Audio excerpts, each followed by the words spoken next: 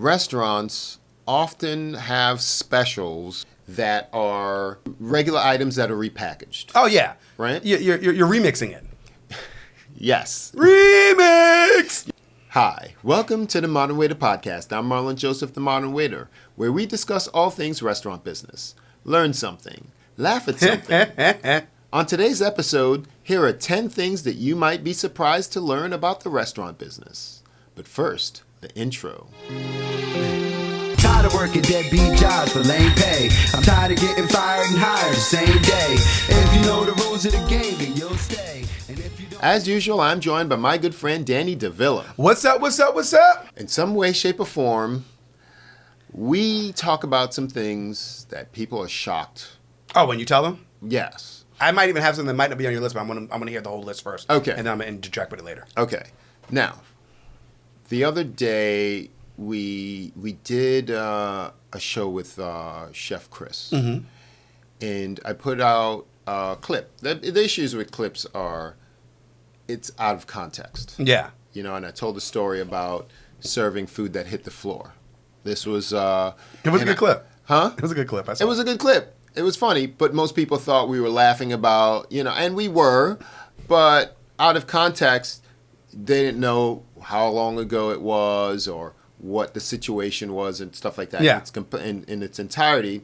And the humor was in us being in the industry, knowing what happens in the restaurant and understanding that, you know, it's a business. So if something that's expensive, let me tell you something. If your steak hits the floor, you're not getting a new steak. No. It's getting picked up.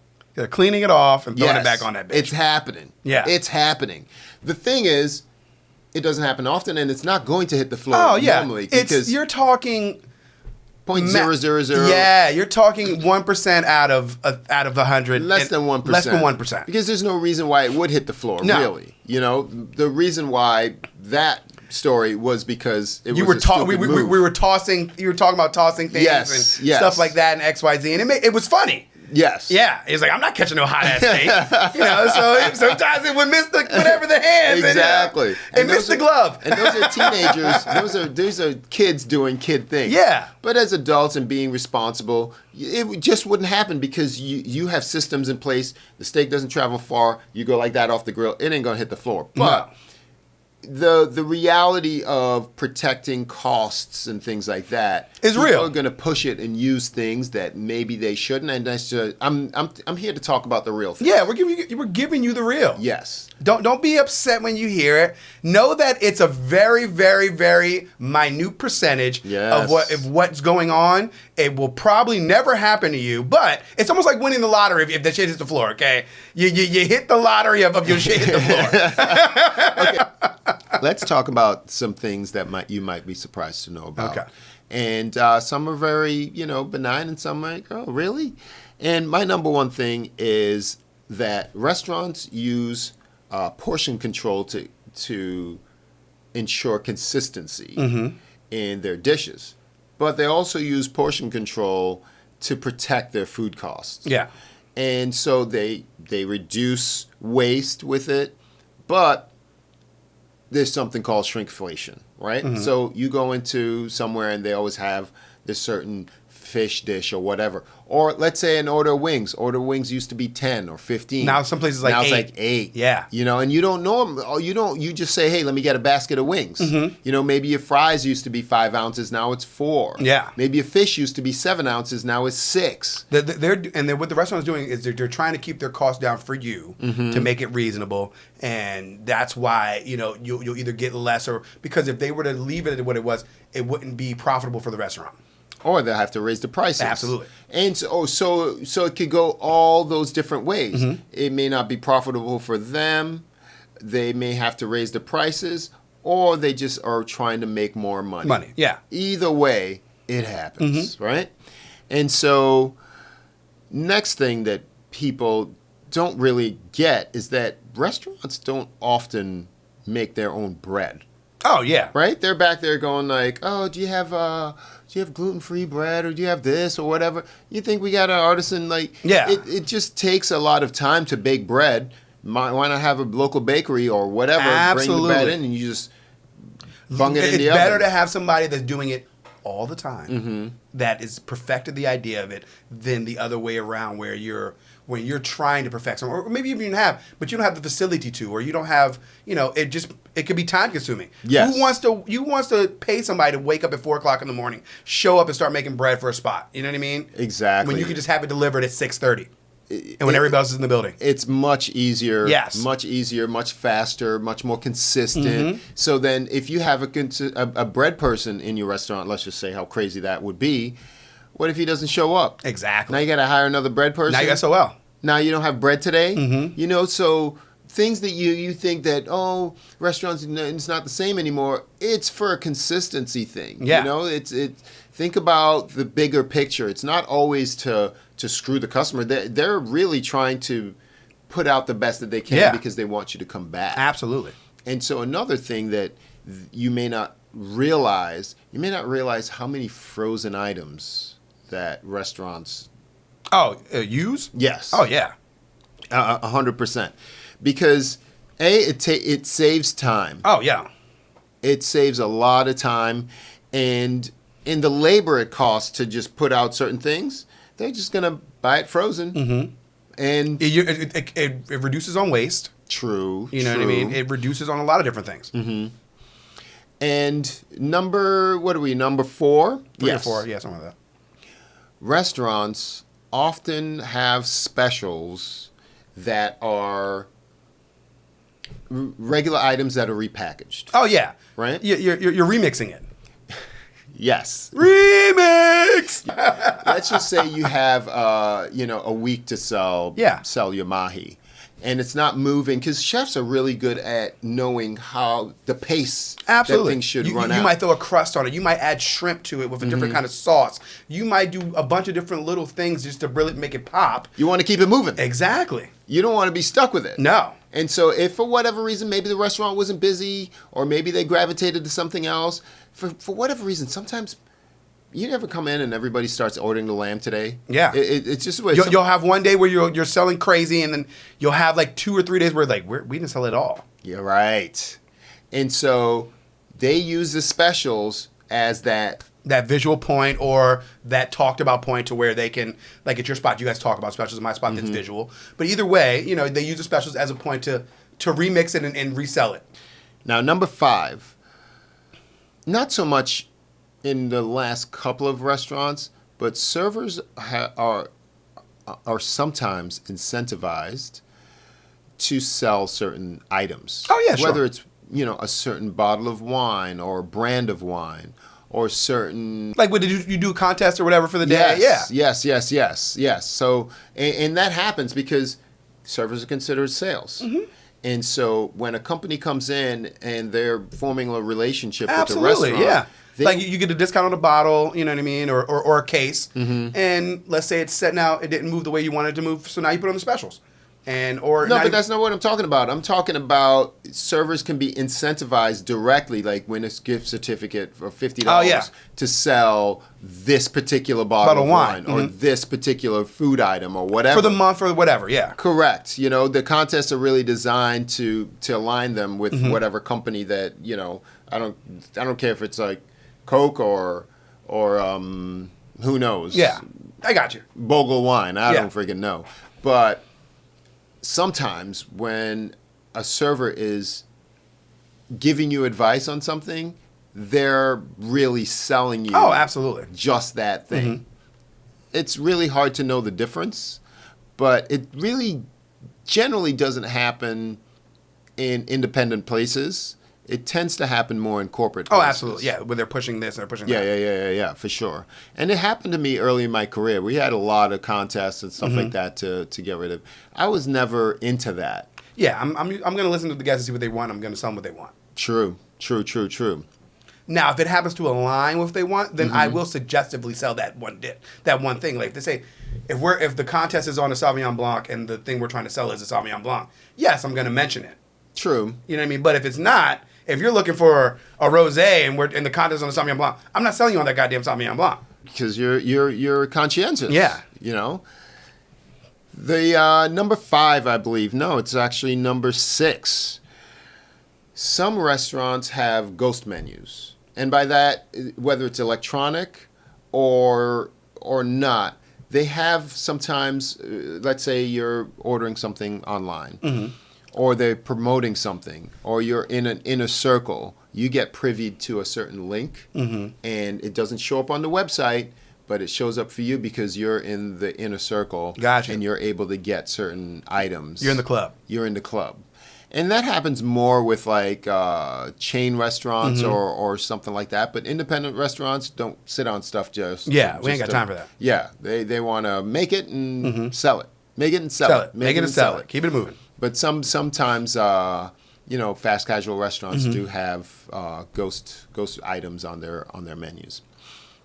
Now, piggybacking off of that, independent restaurants may have a secret menu. Yes.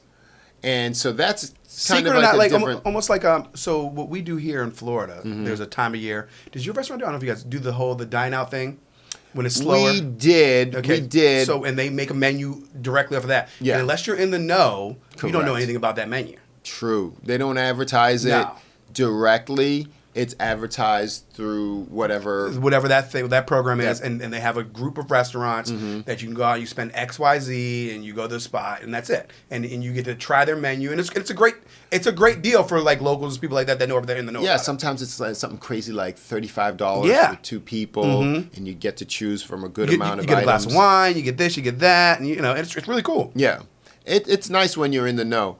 And so, like, a secret menu, like, sometimes they're like, oh, do you have a secret menu? And they have, like, a completely different menu, and they're like, oh, here you go.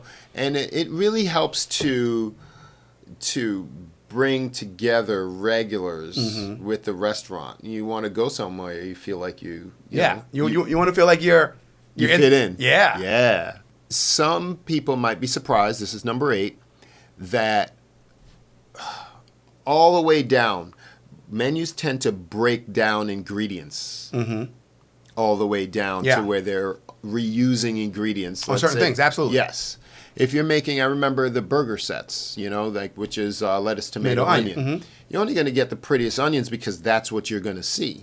But the stubby parts of the onions might go into the onion soup. Absolutely. So that's one example of when you're breaking down something. They're not trying to throw away. They're going to make use. Absolutely. When they're cutting meat, for instance. Yeah, let's say you have a fillet, and then you have a steak salad on your menu. Okay, you're cutting that fillet up. You're making your portions the way they are. You're making a bolognese or something. Exactly. You're gonna throw those scraps into your bolognese or into your steak salad. And you're gonna give maybe a little marination or something a little bit different to make it different on its own. But that's what it is. Or the tips go into a skewer. Yeah. Like a kebab. Like a kebab, or something exactly. like that. So the vegetables are gonna go down the line. The unseen vegetables are gonna go into a soup. The unseen meat are going to go into the grind. Exactly. The edges of all the fish that's being cut, that's going to go into a pasta or goes into a soup or anything. Yes. Yeah. Seafood soup, entrails. There it is. Nothing wrong with it. Nothing wrong with it. Edible, but restaurants are really good about that, but some people don't really put that together. Now, number 9, menu items are designed to have the ingredients of the season be at the forefront. So then as they're changing the menu, they're really going to be catering to what they're able to get for that season. So when you come in, you're like, oh, how come we don't have the butternut so-and-so or what? It's really not the freshest at the moment, or it's not going to be as cost effective to get it out of season. So the menus oftentimes align with the seasons. Yeah, they should. You want the best. You want to pair. I think I saw this on the show The Bear. He goes, if it grows together, it goes together. Ah, yeah, that's interesting. Yeah, exactly. I like that phrase. I like that. And the last one I have, number 10, is on menus. The good ones do it really well. There's a fair amount of menu engineering that happens in restaurants. And you may not be aware of why you're choosing what you're choosing, but between things like placement, where it is on the menu, how your eyes flow from top to left to right, top to bottom, and menu anchoring. They'll put something in there that they never really intend on selling, like a very expensive bottle of wine, or often it's not a lobster, but like a very expensive menu item, and it's there to normalize the prices of the other items. So if you have something for $70, certainly the $50-something something doesn't look so bad. Yes. And so those are my those are my 10 things that you might be surprised to learn about. I do have a bonus one. Talk to me. So I was out at a bar, and I think I even told you I was having a drink, and this lady had came up, and she was kind of opinionated, but she was really nice. Yeah. And we told her we worked in a restaurant, and she was like, "Oh yeah, everywhere I go, do they do they add gratuity?" And I said, "Well, no." I said, "Well, how large?" First thing I asked her, how large your party was. She said, "It was 8 times." I said, "Well, anywhere you go in the States, you're gonna at 6 or more, you're gonna have an automatic grab." Okay. And she was kind of talking about tips, and we never talk about tips on the show, so I'm not going to indulge in anything like that. Okay. But what I did tell her was to say, hey, you need to understand that, in Europe and all those other places where they make their own wage, here we make the average state. There's 27 states that still make $2 an hour. Oh wow. So when you take that into accord, we do rely on tips. And the reason why restaurants rely on tips as well, to tip out their servers and everything like that, is because if they didn't, your food would be up that much more. It would cost that much more to go out and dine and have a good experience, because they would have to pay us more than just the hour, more than just minimum wage. We do not make minimum wage. No, we don't. And there's not a state period that makes minimum wage as a server. It just doesn't exist. There might be one, maybe one or two. Washington and California for sure, and that's it. Okay. Yeah, maybe. As I don't think there's any more than that. I don't know, but we could be educated on that. Yes, for sure. as well. But I know for sure, because I looked it up, at least 27 states still make $2 an hour. Yeah, that's wild. And that's way less than, you can't live off of that anywhere. Okay. Yeah, I remember $2.15 was my first exactly. Wage. So that's one of the things I just want that people I knew that it was an interaction that I felt there's like, they don't understand it. We don't, like I said, we don't like talking about money on the show, but I feel like the people need to be educated on that as well. True. They really want, they come for me in the comments whenever tipping comes up, and they're like, oh, pay the way. You're going to pay either way. Yeah. You're going to pay so at least if you get poor service, you can dial it back. Exactly. We're giving you the option, okay? Because if it was the other way around, you wouldn't go out at all. And there are some other restaurateurs that really have tried to get away from it, but you won't have competitive pricing. Exactly. You'll end up paying through the nose. You're paying everything. Like, we don't really get. I know we did a show on things that stink about being a waiter. One thing that I didn't touch on is the fact that we don't really get benefits. Yeah. Right? You don't get benefits and things like that. Once you pay a server a living wage, you're going to have to put that in. So you'll be paying not only just the tip, you'll be paying benefits and all the overtime. All the normal things you think you get your regular job. Yeah. We don't get any of those. Yeah. So remember that, okay? Yes, please do.